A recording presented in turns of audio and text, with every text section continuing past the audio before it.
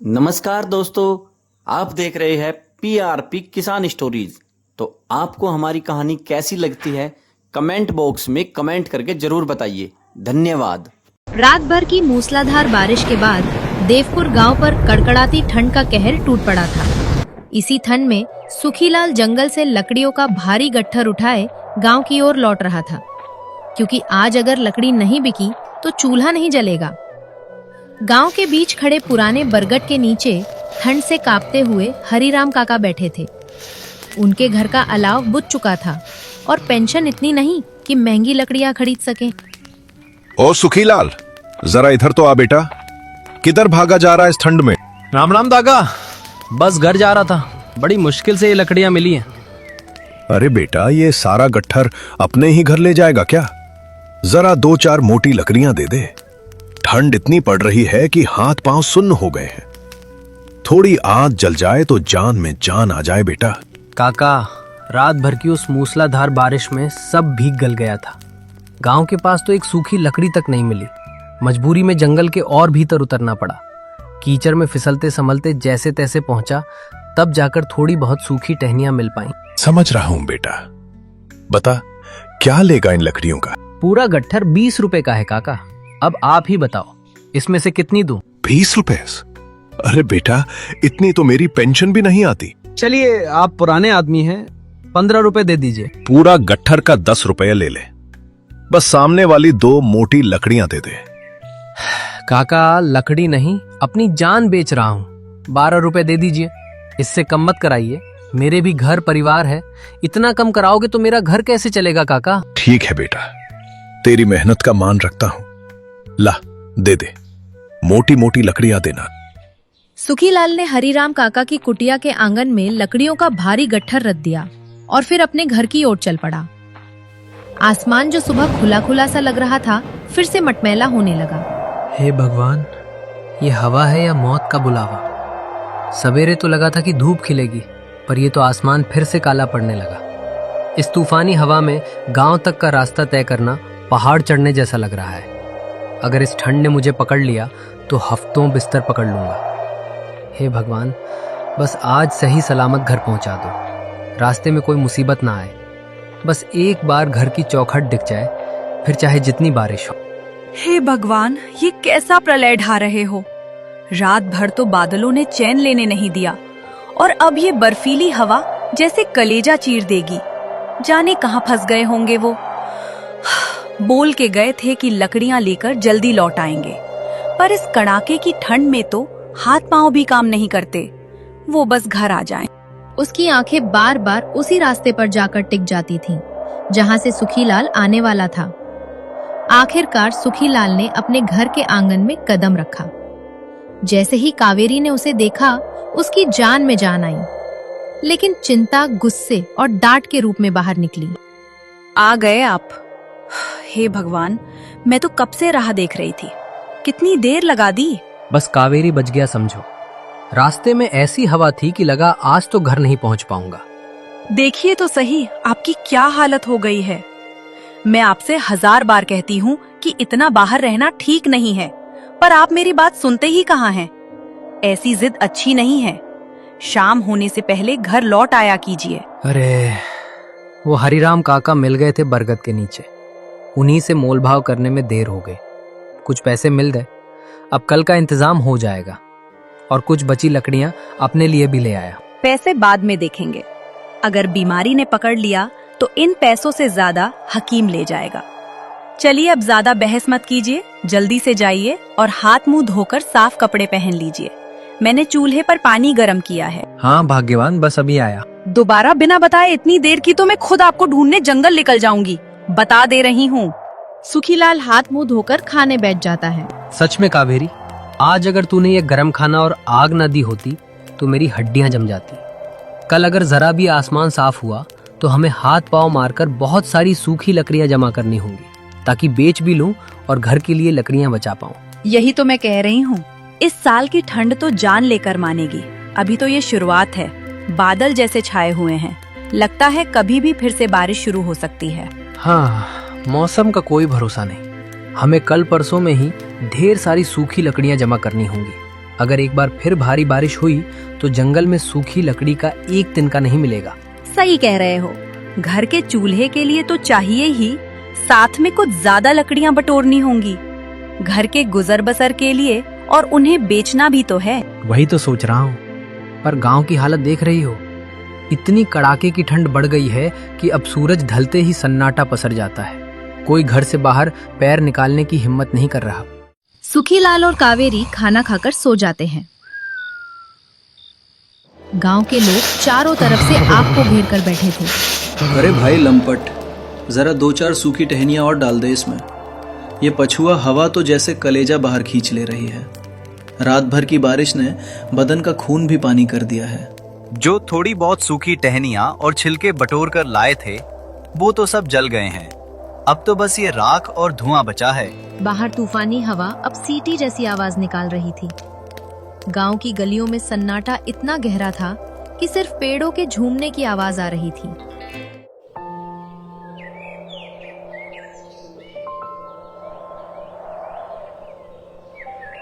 अगली सुबह रात भर की कपकपी के बाद सुखीलाल खाना खाकर कुल्हाड़ी कंधे पर रख जंगल की ओर निकल पड़ा।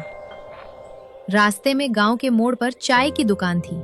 वहां अलाव के पास उसके पुराने दोस्त ब्रिजमोहन और बिरजू बैठे थे। राम राम भाइयों, आज तो बड़ी जल्दी सभा जम गई। राम राम सुखीलाल। अरे कहाँ चला जा रहा है कुल्हाड़ी लेकर? तुझे कुछ खबर भी है या बस पेट पालने की ही धुन चढ़ी रहती है? क्या हुआ ब्रिजमोहन, ऐसी क्या आफत आ गई? आफत आ नहीं गई, आफत आने वाली है सुखीलाल। आज सवेरे शहर से आए डाकिये ने बताया है कि मौसम विभाग ने मुनादी कर दी है। अगले 2-3 दिनों में ऐसी भयंकर बारिश और तूफान आने वाला है कि गांव के पुराने पेड़ भी टिक नहीं पाएंगे। क्या कह रहे हो? अभी कल रात की बारिश से तो उभर नहीं पाए और अब और भयंकर बारिश? हाँ सुखीलाल, रेडियो पर भी खबर आई है। कह रहे हैं कि ये तो बस शुरुआत थी। हम तो इसी सोच में डूबे हैं कि घर की मरम्मत आखिर करे कैसे। सुखीलाल, तू जंगल जा ही रहा है तो जरा संभल कर जाना। अगर बारिश फिर से शुरू हो गई ना तो नाले पल भर में उफान पर आ जाएंगे। तू लकड़ियां काटने की सोच रहा है, पर याद रख, जान बची तो ही लकड़ी किसी काम आएगी। भाइयों, अगर ये खबर सच है तो मुझे आज ही जितनी हो सके उतनी सूखी लकड़ियां और चारा जमा करना होगा। कावेरी भी घर पर अकेली है और मुझे छप्पर को रस्सियों से बांधना भी पड़ेगा। सच कहूं तो ये तो सच में मुसीबत की घड़ी है। हाँ भाई, हम भी तो यही बात सोच रहे थे। गांव भर के लोगों को समय रहते आगाह कर देना चाहिए। हालत जैसे बिगड़ रहे हैं, किसी अनहोनी से पहले सबको बता देना ही ठीक रहेगा। उसने अपने दोस्तों से विदा ली और तेज कदमों से जंगल की ओर बढ़ गया। सुखीलाल जंगल पहुंचा और जी जान लगाकर उसने ढेर सारी सूखी लकड़ियां बटोरी। उसे अपने दोस्तों की बातें याद थीं और वो जानता था कि आने वाला तूफान भयानक हो सकता है। उसने लकड़ियों को 2 हिस्सों में बांटा, एक अपने घर के लिए और दूसरी बाजार में बेचने के लिए। जब वो भारी गट्ठर लेकर गांव लौट रहा था, तभी रास्ते में उसे गांव का सबसे बड़ा कंजूस सेठ रामलाल मिल गया। सेठ ने देखा कि सुखीलाल के पास अच्छी सूखी लकड़ियां हैं, तो उसकी नीयत डोल गई। अरे ओ सुखीलाल, कहाँ जा रहा है इतना बोझ लेकर? राम राम सेठ जी, बस गांव ही जा रहा हूँ। 2 दिन बाद बड़ा तूफान आने वाला है, उसी की तैयारी में लगा हूँ। दिल में थोड़ा डर भी है, इसलिए जल्दी पहुँचना चाहता हूँ। तूफान वूफान तो आते ही रहते हैं, लेकिन तू पहले ये बता, ये लकड़ियां बेचने के लिए है ना? जी सेठ जी, ये वाला गट्ठर बेचने के लिए ही है।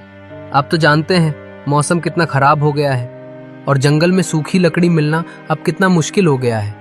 पूरे गट्ठर का दाम 40 रुपए लगेगा। अरे सुखीलाल, तू तो लूट मचाए बैठा है। इतनी सी लकड़ी के 40 रुपए?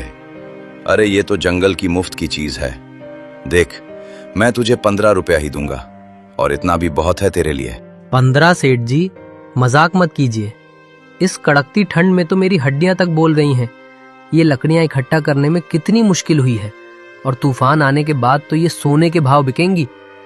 कम से कम 35 से 1 पैसा भी कम नहीं लूंगा। देख सुखीलाल, तू जिद मत कर। गांव में सब जानते हैं कि मैं नगद पैसे देता हूँ। 20 रुपए ले और ये गट्ठर मेरे घर रख दे। इतनी बड़ी रकम तुझे एक साथ कोई नहीं देगा, समझा? सेठ जी, आपकी कंजूसी तो पूरे इलाके में मशहूर है। लेकिन मेरी मेहनत का भी जरा ख्याल कीजिए। 20 रुपए में तो आजकल चाय नाश्ता भी ढंग से नहीं होता। अगर आपको इतनी ही सस्ती चाहिए तो फिर खुद ही जंगल क्यों नहीं चले जाते? तू मुझसे जुबान लड़ाने की कोशिश कर रहा है। इतना घमंड ठीक नहीं होता, संभल जा, बाद में पछताना ना पड़े। पछताना मुझे नहीं, आपको पड़ेगा सेठ जी। जब तूफान शुरू होगा और आपके पास चूल्हा जलाने को तिनका भी नहीं होगा। राम राम। अरे ओ सुखीलाल, रुक तो जा भाई, जरा ठहर। सुखीलाल सेठ रामलाल की बातों को अनसुनाकर घर लौट आया। कुछ दिन तो शांति रही, लेकिन फिर मौसम विभाग की भविष्यवाणी सच साबित हुई। अचानक आसमान काला पड़ गया और ऐसी मूसलाधार बारिश शुरू हुई कि थमने का नाम ही नहीं ले रही थी। रात होते होते ठंड इतनी बढ़ गई कि बारिश की बूंदें जमने लगी और सफेद बर्फ गिरने लगी। पूरा गांव बर्फ की सफेद चादर में ढक गया। आधी रात का समय था। बाहर तूफान का शोर और छप्पर पर गिरती बर्फ की आवाज से सुखीलाल की नींद अचानक उचट गई। सुखीलाल उठा और बाहर का नजारा देखकर उसकी आंखें फटी की फटी रह गई। हे मेरे जुमराज बाबा, ये कैसा मंजर है। गांव में तो सचमुच बर्फ गिरने लगी। अगर उस दिन हिम्मत जुटाकर मैंने वो लकड़ियां इकट्ठी ना की होती तो आज हम भी यहीं ठिठुरकर जम जाते। शुक्र है तेरा जो सही समय पर बुद्धि दी, वरना इस वक्त जंगल की हर लकड़ी पानी और बर्फ में भीगी पड़ी होती। हारे का सहारा जुमराज बाबा हमारा। कावेरी, ओ कावेरी उठ जरा, बाहर देख तो सही, क्या गजब का मंजर हो रहा है। क्या हुआ? इतनी रात को क्यों चिल्ला रहे हो? अरे राम, ये बर्फ गिर रही है। पहाड़ों जैसी ठंड तो आज हमारे गांव में सचमुच उतर आई है। देख रही है, बाहर जो भी लकड़ी बची होगी वो अब पत्थर जैसी गीली और ठंडी हो गई होगी। सच कह रहे हो, आपकी वही मेहनत आज काम आ रही है। देखिए, पूरा गांव कैसा सन्नाटे में डूबा है। सेठ रामलाल जैसे लोग जो कौड़ियों के भाव लकड़ी मांग रहे थे, आज अपनी कोठियों में थरथर कांप रहे होंगे। हाँ, आज जिसके पास सूखी लकड़ी है वही राजा है। चल अंदर चल, आज की रात बहुत लंबी होने वाली है। अगली सुबह सूरज की किरण बर्फ की सफेद चादर पर पड़ी तो पूरा गांव जम चुका था। चारों ओर बर्फ ही बर्फ थी और घर से बाहर निकलना जान जोखिम में डालना था। सुखीलाल और कावेरी अपने घर के भीतर चूल्हे की हल्की गर्माहट में बैठे ही थे कि तभी दरवाजे पर किसी के कराने और दस्तक देने की आवाज आई। सुखीलाल, ओ सुखीलाल भाई, घर में हो क्या? सुखीलाल ने जैसे ही दरवाजा खोला, सामने सेठ रामलाल खड़ा था। अरे सेठ जी, आप इस बर्फीली सुबह में यहाँ क्या कर रहे हैं? सुखीलाल भाई, रात भर बिजली नहीं थी और चूल्हा जलाने को सूखी लकड़ी का एक टुकड़ा भी नहीं बचा। नौकरों ने गीली लकड़ियां सुलगाने की जितनी कोशिश की, पूरे घर में बस धुआं ही धुआं भर गया। हम तो सचमुच जमने की कगार पर पहुंच गए हैं। तो सेठ जी अब जंगल चले जाइए, वहाँ तो लकड़ियाँ मुफ्त की चीज है, जितनी चाहे उठा लाइए। अरे नहीं सुखीलाल, मुझे शर्मिंदा मत करो। कल जो मैंने कहा था वो मेरी लालच और मूर्खता थी। मुझे माफ कर दो भाई। सच तो ये है कि इस वक्त सूखी लकड़ियां सोने से भी ज्यादा कीमती हैं। ये लो तुम्हारे 40 रुपए, और अगर और चाहिए तो वो भी ले लेना। बस मुझे वो लकड़ियों का गट्ठर दे दो। सेठ जी, मुझे आपसे ज्यादा पैसे नहीं चाहिए, जो हक का था वही लूंगा। सुखीलाल ने अंदर से सूखी लकड़ियों का एक बड़ा गट्ठर निकाला और सेठ को दिया। चलो, आपने अपनी गलती मान ली, यही सबसे बड़ी बात है। लीजिए, इसे ले जाइए और जल्दी से आग जला लीजिए, वरना ये ठंड किसी को नहीं बख्शेगी। आज समझ आया कि मेहनत की कोई कीमत नहीं होती और जरूरत के वक्त इंसान का घमंड काम नहीं आता। तेरा बहुत शुक्रिया सुखीलाल, तूने आज मेरी जान और इज्जत दोनों बचा ली। ये लो तुम्हारे 40 रुपए। सेठ रामलाल लकड़ियां लेकर तेजी से अपने घर की ओर चला जाता है। जाते जाते भी उसकी चाल में हल्की घबराहट साफ झलक रही थी, मानो तूफान आने से पहले किसी तरह घर पहुंचकर सब संभाल लेना चाहता हो। देखा तुमने, कुदरत जब अपना असली रंग दिखाती है तो बड़े बड़ों का घमंड भी बर्फ की तरह पल भर में पिघल जाता है। गांव में बर्फबारी थमी तो थी, लेकिन ठंड अभी भी वैसी ही जानलेवा बनी हुई थी। उसी गांव में एक और लकड़हारा माधव बड़ा ही लालची और मौके का फायदा उठाने वाला इंसान था। एक दोपहर माधव लकड़ियों का गट्ठर लेकर गांव की एक तंग गली से गुजर रहा था। वहां एक टूटे फूटे घर के बाहर रामू काका धूप सेकने की कोशिश कर रहे थे। माधव बेटा, जरा रुकना। क्या ये लकड़ियां बेचने के लिए है? हाँ काका, बेचने के लिए ही है, पर ये कोई मामूली लकड़ी नहीं है। बिल्कुल सूखी, खरी और चुन चुन कर निकाली हुई लकड़ी है। एक बार इसे चूल्हे में लगा दोगे तो रात भर घर ऐसे गर्म रहेगा जैसे लू चल रही हो। इसकी कद्र करने वाले जानते हैं कि ये कितनी काम की चीज है, इसलिए इसका दाम 60 रुपए लगेगा। 60 रुपए बेटा? मैं तो बुरा आदमी हूँ, सहारा कोई नहीं है। मेरे पास में बस 30 रुपए बचे हैं। क्या 30 रुपए में थोड़ी लकड़ी दे दोगे? 30 रुपए काका, मजाक मत करो। 30 रुपए में तो आजकल लकड़ी का धुआं भी नहीं मिलता। मेरे पास इतना समय नहीं है कि घाटे का सौदा करूं, और फिर इतनी मेहनत से जुटाई हुई सूखी लकड़ी मैं आधे दाम में कैसे दे दूं? बेटा, आज रात नहीं कटी तो सुबह तक मेरा शरीर पत्थर हो जाएगा। थोड़ी सी दे दे बेटा, दुआ मिलेगी। मैं सच कह रहा हूँ, ये ठंड अब सहन नहीं हो रही। दुआओं से पेट नहीं भरता काका, पैसे पूरे लाओगे तभी लकड़ी मिलेगी। मैं कोई धर्मशाला नहीं चलाता कि घाटे में बांटता फिरूं।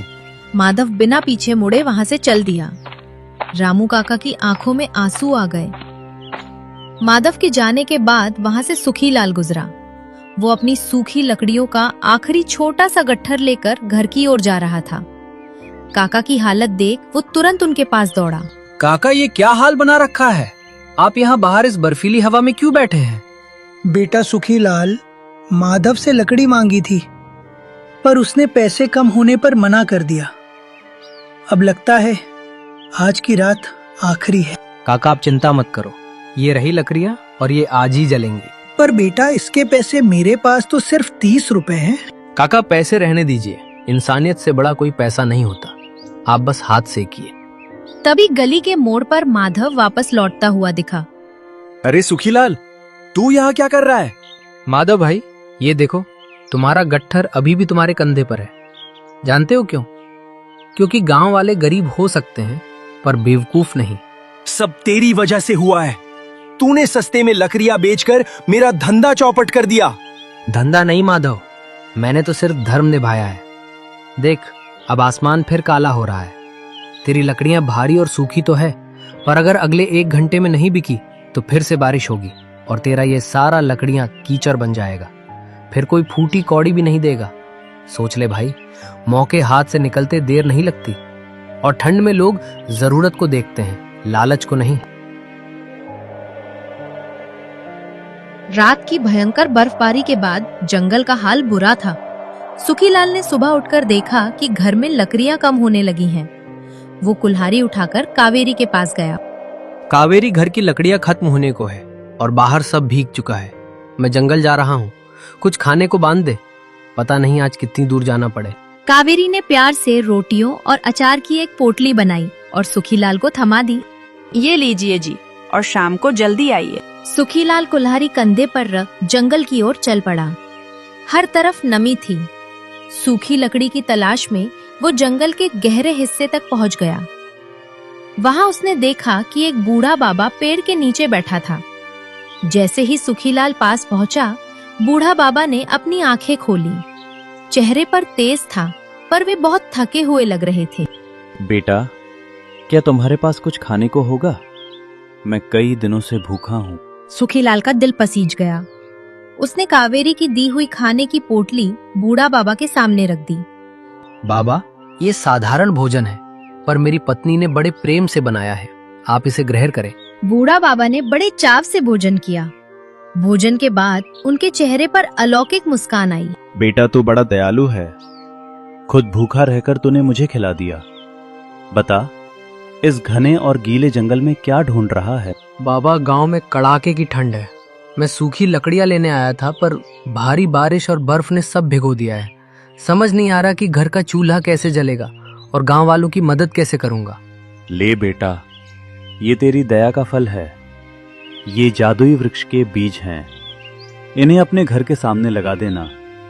इन पेड़ों की टहनियां हमेशा सूखी और खरी रहेंगी। तू जितना इन्हें काटेगा, ये उतने ही जल्दी बढ़ेंगे। तेरे गांव में कभी लकड़ियों की कमी नहीं होगी। सुखीलाल की खुशी का ठिकाना न रहा। वो पूरे गांव के लिए वरदान लेकर दौड़ता हुआ लौटा। घर पहुंचकर उसने सब बताया। क्या सच में एक पोटली खाने के बदले इतना बड़ा चमत्कार? हाँ कावेरी, इंसानियत कभी खाली नहीं जाती। अब हमारे घर के सामने खुशहाली का पेड़ उगेगा। रात को उन्होंने बीज आंगन में बो दिए।